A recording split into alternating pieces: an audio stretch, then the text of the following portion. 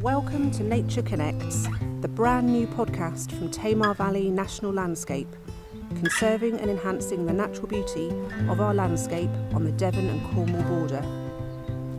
I'm Ginnette Sutherland. And I'm Charlotte Dancer. Each month we'll bring you a new episode from different areas of the Tamar Valley, sharing stories and celebrating everything that makes this living, working landscape so special. Plus, we'll highlight at least one of our 17 Tamar Valley Special Species, plants and animals identified from our nature recovery plan that need a helping hand to thrive, and what you can do to help them too. Nature Connects will also encourage you to pause for just a moment or two, to stop, listen and connect to the sounds that can be heard in the Tamar Valley. But first, with World Wetlands Day taking place on the 2nd of February, to celebrate these amazing habitats and the wealth of wildlife that they support, together with the vital role they play to benefit our wider climate and environment, this episode discusses all things wetlands.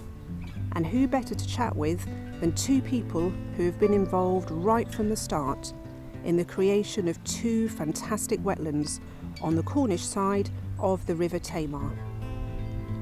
Later in the episode we'll hear from George Holmes, Lead Ranger from National Trust's Cotehele, but with Ginnette now on this beautiful morning, here at Calstock Wetlands is Pete Thompson from Tamar Community Trust.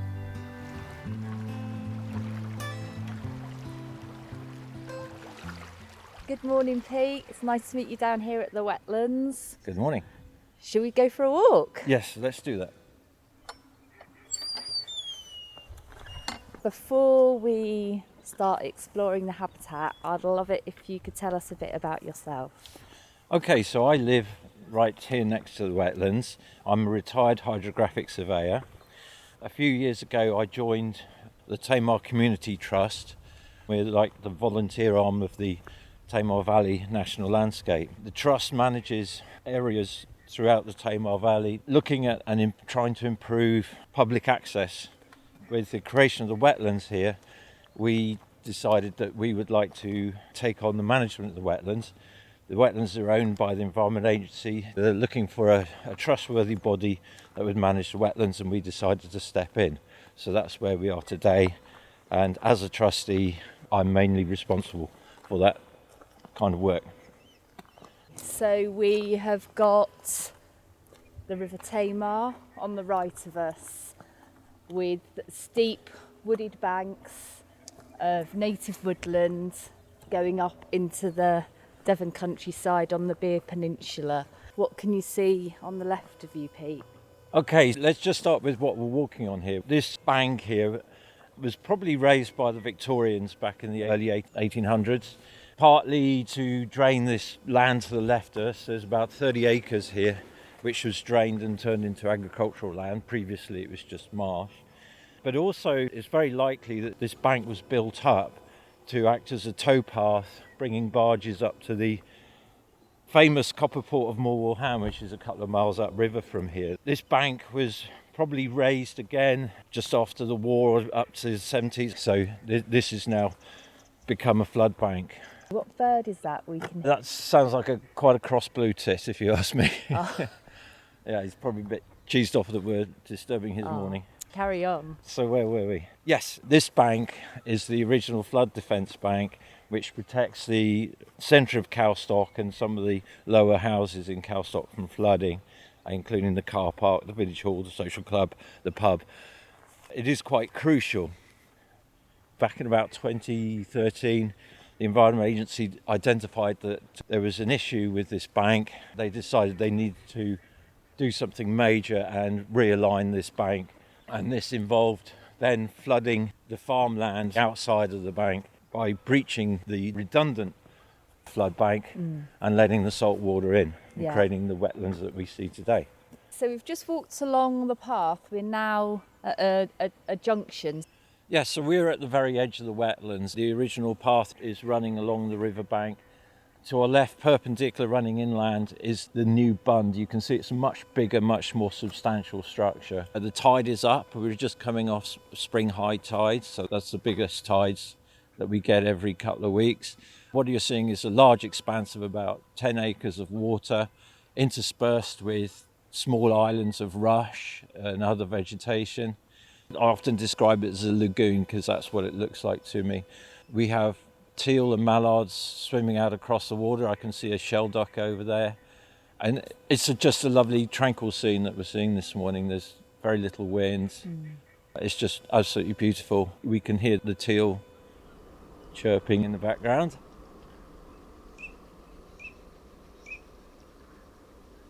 They're the new sound of the winter that we're getting here. Before it's just some dreary old sheep and not a lot else. And now we just have this beautiful chorus, the odd little high-pitched quack. The quack that the teal makes is like a mallard on helium, I think. It's really quite funny. It just really is magical now. You were saying earlier about just how the birds appear far more comfortable as time has gone on. This is something I think is quite unique to this wetlands, is the accessibility and the proximity to the birds. So teal are a naturally shy creature, and they are persecuted in Europe where they breed. But being in the wetlands here, we have this constant traffic of people walking along the path. The teal just get used to us. Whereas before I would see teal out in the river and they'd always shoot off.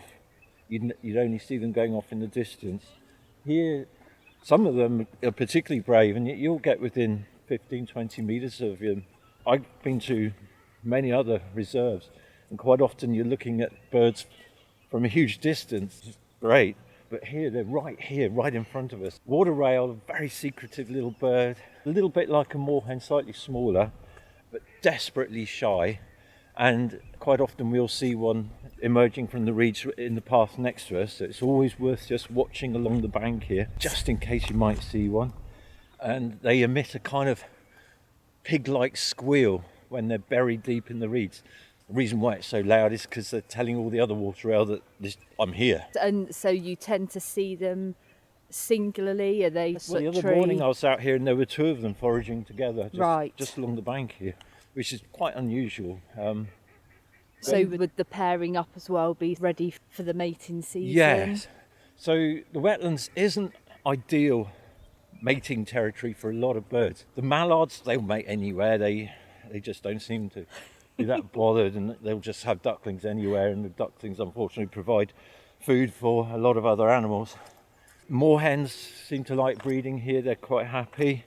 In the summer we get the migration of reed warblers, reed buntings, Chetty's warblers. They come in, and certainly the reed warblers are breeding here.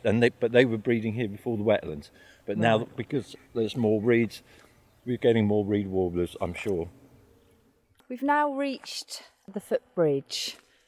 When the Environment Agency put the proposal forward to flood this land here, this involved making a breach in the old river bank, and that would have meant severing the footpath that many locals valued as a huge asset. There aren't many places where you can walk for such a long distance along the river, and people just love to be walking next to water. It seems to be like a human need. Yeah, people were understandably upset that this path might be lost. So then there was a call out, what can we do about it?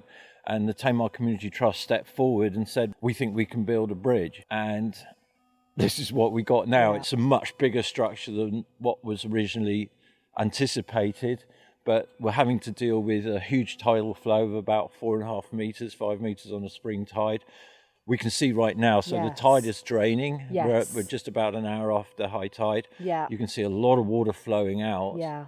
And so the structure has to withstand these kind of water flows that are happening twice a day. Yeah.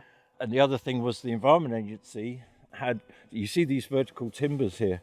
These are big, heavy timbers. The Environment Agency had a huge stack of these timbers that came out of a sea defence project on the south coast. It's made from greenheart, which is a tropical hardwood. That stuff's already been in the water for 70 years. We decided to design the bridge using these recycled timbers, which is just brilliant. As we're stood here on the bridge, we can see the train having left Gunners Lake Station and making its way down to Calstock, and it will then creep over the viaduct from Cornwall into Devon. Calstock has a very interesting industrial history, and we can see so much of that evidence from the bridge here. So if we're looking towards the west, in the distant mist there we can see Cotehele with the chimney up there. To the left you've got what looks like a church tower, which is actually a folly. Yeah, up at Cotehele. It's part of Cotehele. And just in front of that we have the viaduct, which is just over 100 years old. Calstock originally was quite a significant mining community. Then in the early 1900s the viaduct was built, by which time the mining industry had pretty much died away. The new industry then was horticulture, daffodil growing, soft fruits and all the rest of it. And we can see on the hillside opposite some large greenhouses. When I come out on the wetlands here and I see people coming along, I often talk to them, and I like to find out what brought them here to Calstock and to the wetlands. But also I'd like to find out how they got here. And I think it's fantastic when I hear people who maybe live in Plymouth and have taken the train out to Calstock for the day. You can go to Cotehele on the other side of Calstock. We've got good pubs and coffee shops, and the green is just a fantastic social hub. And then we've got the wetlands and the fantastic walks that we have in the valley here. You get pleasure from seeing other people here enjoying the wetlands. What do the wetlands mean to you? For me, it's quite personal. I've been here since the wetlands were born, if you like. I like to see how it evolves year on year, and I log all these changes. I record the different bird species that come. I do my best to record the various plant species. Last year, we saw much more varieties of plant species that I hadn't seen before. I just love to see the changes that come day by day, season by season, year on year. Just seeing how the wetlands are evolving and coming on, it's just absolutely awesome for me every day, and I get excited about it every day. So what have been some of the most significant changes that you've seen over time? I think what struck me most is the vegetation. It sounds a little bit boring. The sheep were taken off the wetlands about 2 years before the breach was made, and in that time everything went wild and it was becoming like a really quite a decent freshwater marsh. And then they breached it and it held its own for a while. They breached it in November 2021, but late summer 2022 I came out here and all of a sudden it's like all the vegetation had just died off. It was just like you were just looking at a complete blank slate. It was just mud. And I thought, whoa, this is the big reset now. You've changed the whole ecosystem by introducing this brackish water. And it's saline, but the salinity is really low. But that has just knocked everything back. Everything that was here before. And before they let it go, it was just grass. Late summer 2022, it was just a blank canvas. And then come 2023, already a whole new ecosystem is starting to re-establish itself. It had only just started getting going. And then 2024, I just couldn't believe how many new plant species that have just naturally recolonized. Just naturally found their way in here. It's early days yet. We haven't seen huge changes on the fauna. The most significant is the teal. I keep going back to the teal. So I did an account at the beginning of this week and I counted over 500 teal, which is quite a handsome population. Last year, about this time last year, we were around 420, 450. The previous year, it was just over 100. So the teal are absolutely loving this place. And hopefully in time, we'll start getting more exotic or more interesting birds coming in here. So you've described what it means to you. What do you think the wetlands mean to the community here? I think originally there was a lot of anxiety about it, about the appearance and what it might do, worries about rats and mosquitoes and such, and the smell of the mud. I live right next to wetlands. I haven't noticed any increase in rats. You get rats if you live by a river. Biting insects, yes, we have them here, but when the weather's wet and mild, you tend to get more biting insects. What I notice is that Everybody loves walking along here. Even the guys who weren't so sure about it now say, this is just fantastic.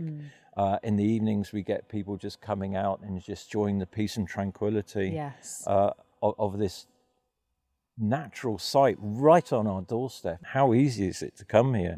It's just absolutely fantastic.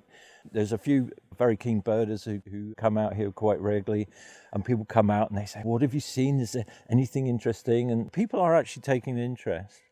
Sometimes we get holiday makers come down, they say, oh gosh, hasn't it changed? They do get quite excited by it.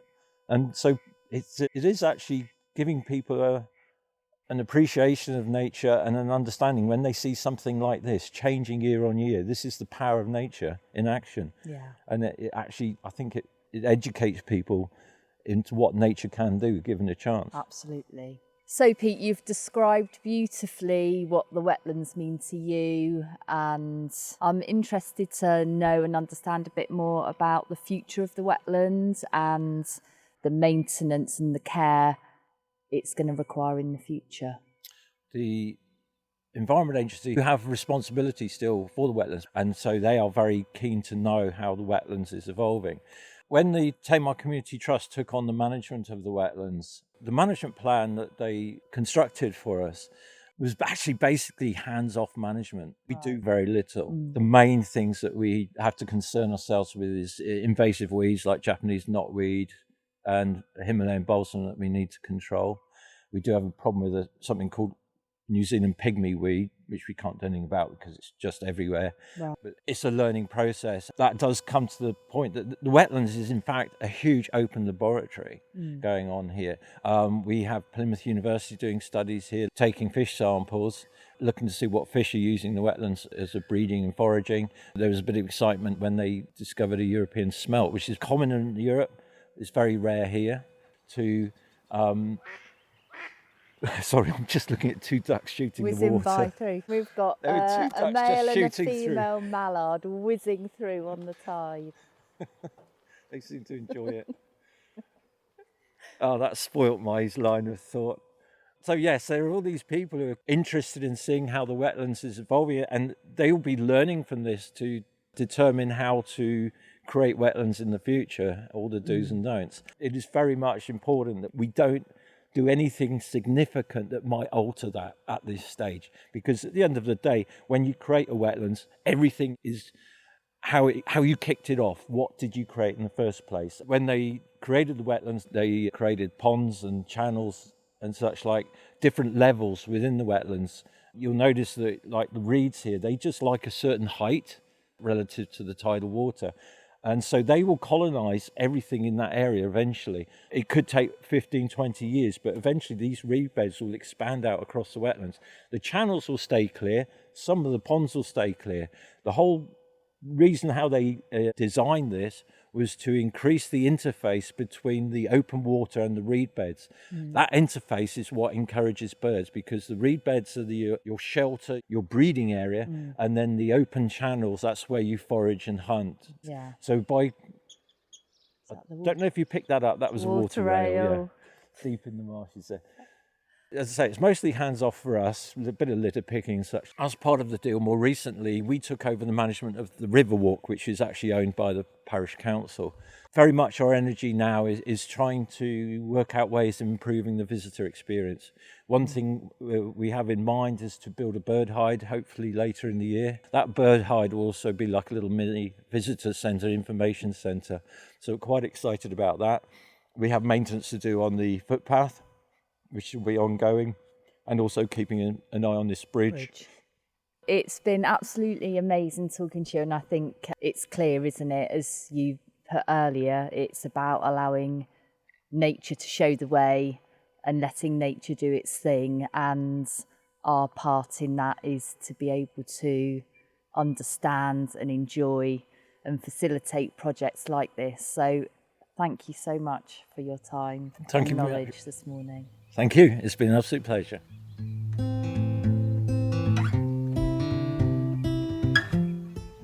And now, as part of our Nature Connects podcast, we're going to take a moment to pause, engage and connect.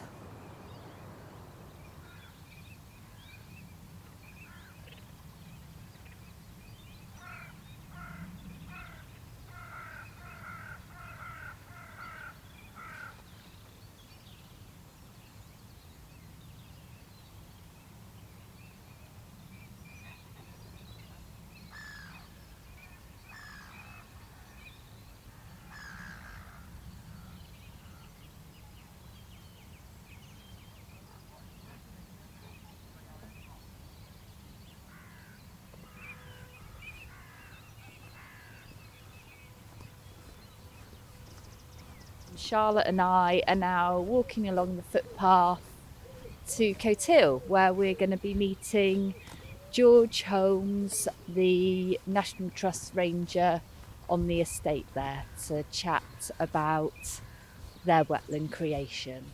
We've just gone past the Cornish flag, which is flying here on the Cornish side of the River Tamar. And as I look up just above the big arches of the viaduct, we can see some patches of blue sky and the sun has started to shine. It's a lovely January morning in the Tamar Valley.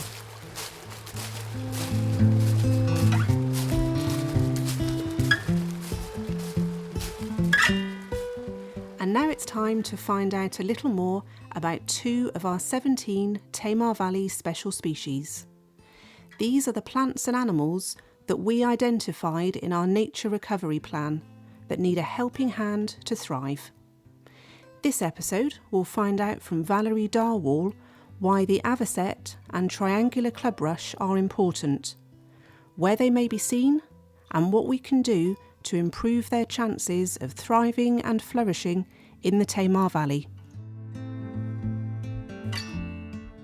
National landscapes across the country are very busy taking action to help restore nature. As part of this, all the national landscapes have selected species to champion. Some places chose one species, but in the Tamar Valley we really went for it, and we chose 17 species. We based it on a few things. The first is that the Tamar Valley has a rich diversity of habitats, from woodlands and hedgerows to species-rich grasslands, rivers and wetland habitats. So we wanted to select animals and plants that are associated with this great range of habitats. And so we needed a range of species. And we also wanted to understand that by working to create and improve these habitats, we could also be doing things to help individual species that live in the landscape. And finally, we needed to include species that are of particular conservation importance, especially where the Tamar Valley is recognised as being a key area for a national population, such as the greater horseshoe bat. So during these podcasts, we'll briefly introduce you to the 17 Tamar Valley Special Species. You can find out more about them on our website, including in our nature recovery plan for the Tamar Valley. Today, we're looking at 3 species that are particularly associated with our wetlands and estuaries. The first of these species is the elegant and distinctive avocet, with its beautiful black and white plumage and its really distinctive upward curved beak. This allows it to sweep through shallow water easily in order to feed on small aquatic invertebrates, such as beetles and crustaceans. So we're lucky to host an estimated 5% of the British overwintering population of avocets. They're attracted by our wetlands, our salt marshes and our mudflats. The best time to watch avocets feeding is typically around low tide. This is a great time of year to look. You can try wetland sites such as the Tamar Estuary Nature Reserve or the mudflats north of Cargreen, Wacker Key or the mudflats off the Beerfarers village. Talking of invertebrates takes us to our second special species. It's a tiny invertebrate called Palaemon longirostris. It's known to be found off the estuary of Calstock, and it was thought to be only found in a few estuaries in Britain. But we've taken the liberty of calling it the Calstock prawn. Like all invertebrates, in particular aquatic invertebrates, easy to overlook and underappreciate the key role that this and other invertebrate species play in our great food chains, upon which so many other species depend. The third wetland species is a plant species. It's called the triangular clubrush. And at one point, the Tamar Valley estuaries were the only place in the UK that this critically endangered plant could be seen. Great efforts have been made over the last few years to reintroduce and restore the population in the Tamar Valley. The triangular clubrush is threatened by a number of things, including habitat loss, deteriorating water quality, the spread of invasive non-native species, and these forces will also impact our other wetland and estuarine species. How can we help these species? We can continue to create more habitat, like the really great work that's been done by the National Trust at Cotehele and also down at Calstock and South Hoo. We can keep our rivers and the wetlands that are fed by them clean and healthy. Let's think about the chemicals we dispose of down the sink, which end up in our rivers and on our wetlands. And you can get involved in monitoring water quality through the West Country Rivers Trust volunteer survey programme.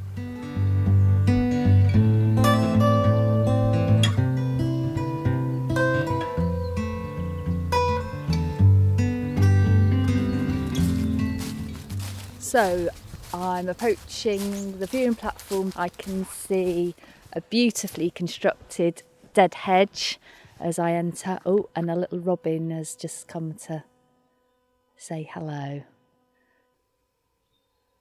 Quite inquisitive.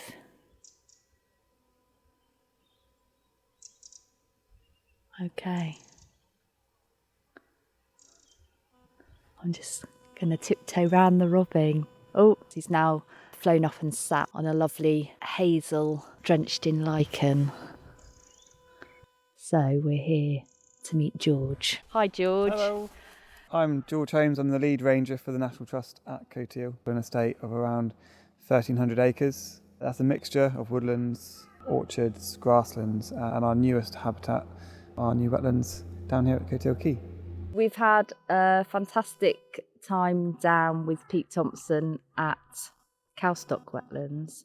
I'd be interested to find out how there's similarities and differences between the two wetlands, even though they're only a half an hour walk between the two locations. We delivered these in 2021 at the same time as the Environment Agency were working on their project up at Calstock. Our site here is just over 2 hectares in size and provides a smaller scale project. We were able to follow up a lot of the work that was taking place at Calstock, the lessons that they were learning as they were doing it, which was great. But equally, we've been able to share in the other direction, making sure that we coordinate the monitoring programme as well for both sites. Our part of the Tamar, we're slightly downriver, so we've got slightly more brackish water, which means there's a bit more saltiness. We're a little bit higher up, so our site, whilst it floods, it doesn't contain the water as long as you might see it at Calstock, which I think we'll see different communities of vegetation starting to emerge here compared to what we see upstream. So when we delivered this work, we had a design and planning stage, making sure that we have the detailed designs in place and we've identified all the mitigation measures we need to do and that we're delivering it in a way that is appropriate to the landscape and to the environment that we're in, making sure that any issues that could arise are addressed before that happens. So did it have to go through the public consultation? Yes. So with all these types of projects, you need to go through planning and you need to go through various licensing processes. We're within a marine protection zone, we're in a site of special scientific interest, a special area of conservation, a World Heritage Site. Yes. It's a very important space. As part of that, we need to make sure we're talking to our neighbours and to our visitors and to our local communities so that everyone understands why we're doing this and what the benefits of this kind of work. Once we had all the permissions in place and licences, we were able then to schedule in delivery of the works, and this is what happened in 2021 around Easter time. It had formerly been a farmed field with cattle. The ability to farm it was quite restricted because it was so wet in here already. So once the grazing had been changed and we had given the farmer sort of land elsewhere on the estate, once the cattle had been removed, we came in and did the internal stuff, which meant digging channels and scrapes. That allowed the water, when it floods the field, to get in as far as possible. We want it to have the maximum impact. That also then allows us to source the material that we've then created a sort of a defence bank, a bund, and that separates our wetland area from the car park down here at Cotehele Quay, making sure that it doesn't flood. Do you have a design plan, or is it more of you allow nature and the natural processes to guide the way? We worked with Plymouth University, who did a feasibility study for us about how to create it, how deep to dig the channels, where to put the channels, how big to dig the eventual breach, etc. Then you go into a detailed design.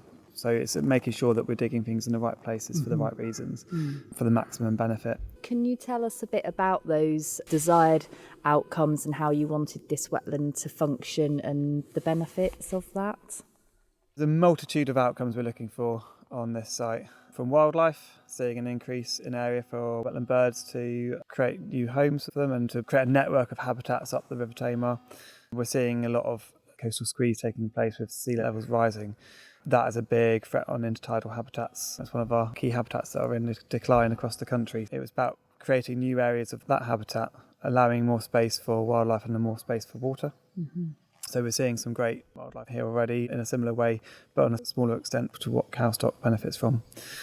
We're also looking at water quality, doing what we can to capture sediment out of the River Tamar. So when the water floods in, it then sits on the high tide. That allows sediment to settle in on the ground, and then as it flows out, in theory, it has less sediment going back into the river. With that sedimentation that's taking place, it's also capturing carbon, it's capturing nutrients, so nitrates and phosphates, which might be flowing downriver, as well as heavy metals, arsenic, copper, from historic mining activities. Mm-hmm.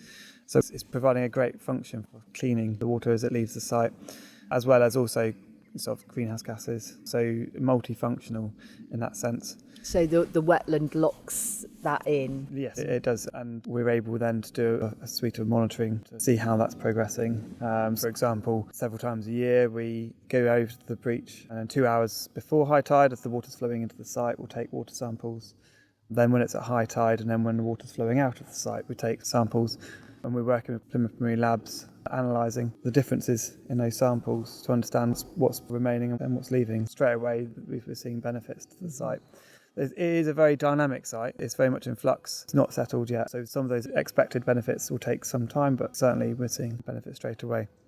The other outcomes we're looking for is people. We're trying to provide improved access to nature and to the outdoors. We are only a few steps from Cotehele Quay and the car park, providing the opportunity for people to come and get up close to nature and see a habitat like this within a few paces is such a brilliant opportunity. And so we've grasped on that.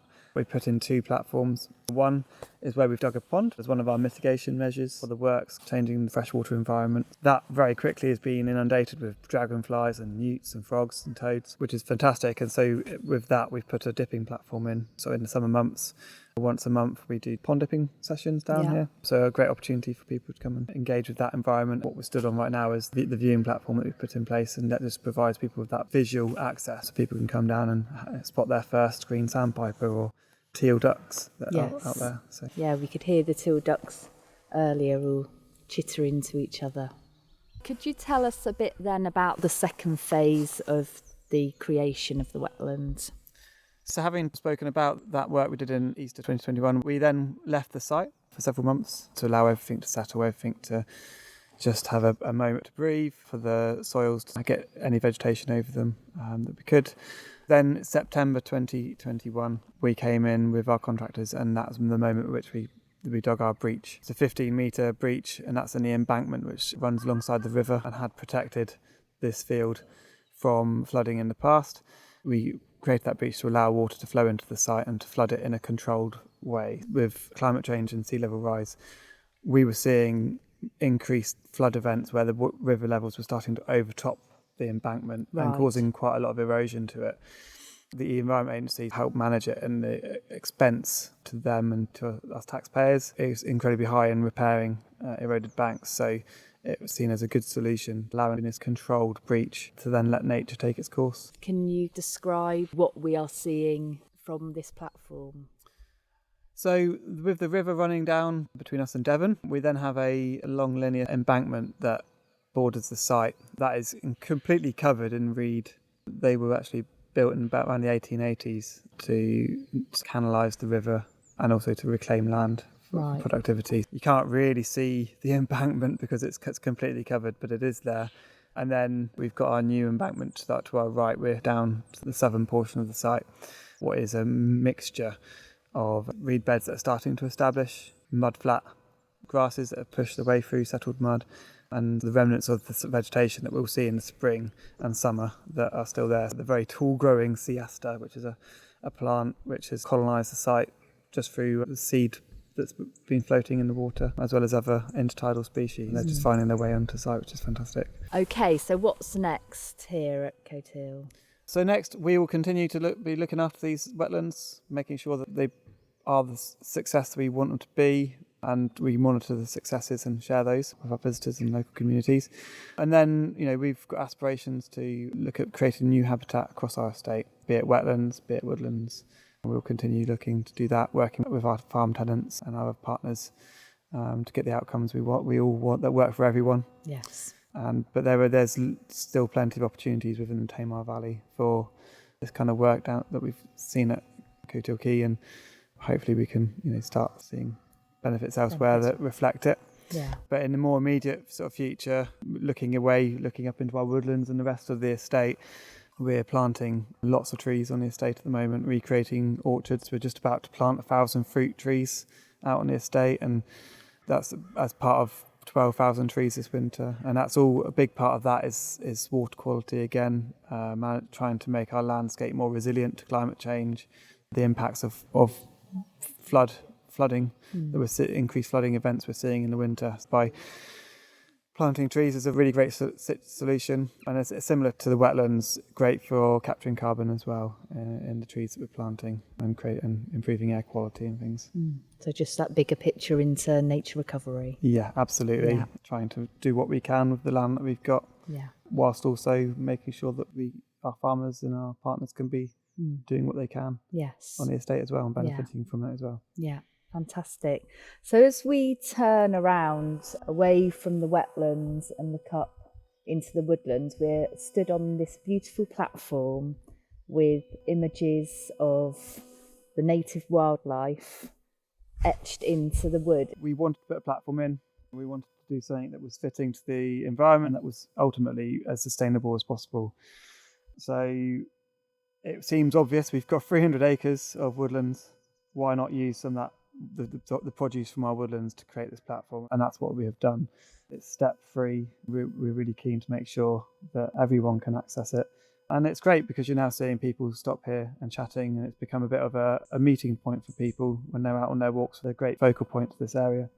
And then we've had these really inspiring interpretation boards where people can just see, we're not sharing anything overly rare, but going, what are the types of species that they will see using this site, and where would they see it on the site as well. So as you look around the boards, it starts off with the woodland edge, and as you work your way around the board and into the middle of the platform, it's into the middle of the wetlands, and then it comes back round, and you can see buildings from the quay at the far end. So it's going, what am I going to see and where am I going to see it, without intellectual barriers. And again, it's that sense, isn't it, of that connectivity of how one habitat, one species flows and merges in with absolutely. the next. Absolutely. Yeah. It's a really exciting site.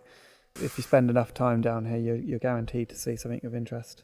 So as part of the Nature Connects podcast, we're on a learning journey, asking ourselves to consider and share nature connectedness and how we as individuals connect with nature. So I'd be interested to find out a bit about how the wetlands, as well as the wider environment and landscape here, what it means to you and also to the team here at Cotehele. So for me, we stood here and the birds are singing around our ears from the woodlands beside it, which border the wetlands. And for me, it's that creation of these new habitats, making more room for that nature, and being able to stand here in this peace and tranquility and listen and enjoy this environment that we're creating and hopefully looking after forever for everyone. We've got a fantastic range of habitats across this estate, and doing this work down here on these wetlands is something I was very keen, and I'm very keen not to just do in isolation. We're looking to create benefit across all of the 1,300 acres that we've got here, and be it maintaining and looking after other areas of wetlands and reed beds, our woodland management, tree planting, making sure creating new grassland habitats. We're trying to make sure there's good connectiveness across this valley, across our estate, and providing some level of inspiration to people both locally and further to think about maybe doing some of this work themselves. We need more space for nature, and that's what really drives me, is trying to do our bit, play our part, so that future generations can enjoy these spaces as much as we do. Yeah, absolutely. Thank you.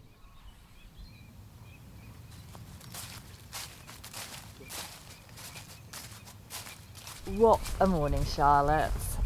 I think it's time to reflect. What are your top takeaways from this morning? Okay, when we were at Calstock Wetlands with Pete, it really resonated when he said it's incredible to see what nature can do if you just give it a chance. And I think the wetlands is such a great example of just that. And the fact that he counted 500 teal in just one day earlier this week, it just shows what a fabulous habitat the wetlands are. I absolutely agree, and it's something that we all need to get better at, being able to just sit on our hands, let nature show us the way. Yeah, absolutely. How about Cotehele? I think what I took away from George's conversation earlier were the importance of the wetlands there to improve the water quality, how the wetlands will capture the sediment and the pollutants and the carbon from the River Tamar. And I also loved that viewing platform, the accessibility of it. They had little cutouts so that small children and wheelchair users can see the wildlife and the changing tides there as well. Yeah. That was really great. Yeah, and I think you could hear in George's voice, couldn't you, the passion and just that importance that it is a place for everybody. Yeah. And it's a place where everyone is welcome. Definitely. And we certainly hope through this podcast that you feel a part of the Tamar Valley, and we hope that one day soon we'll get to meet you down at the wetlands and it be a place that is special to you.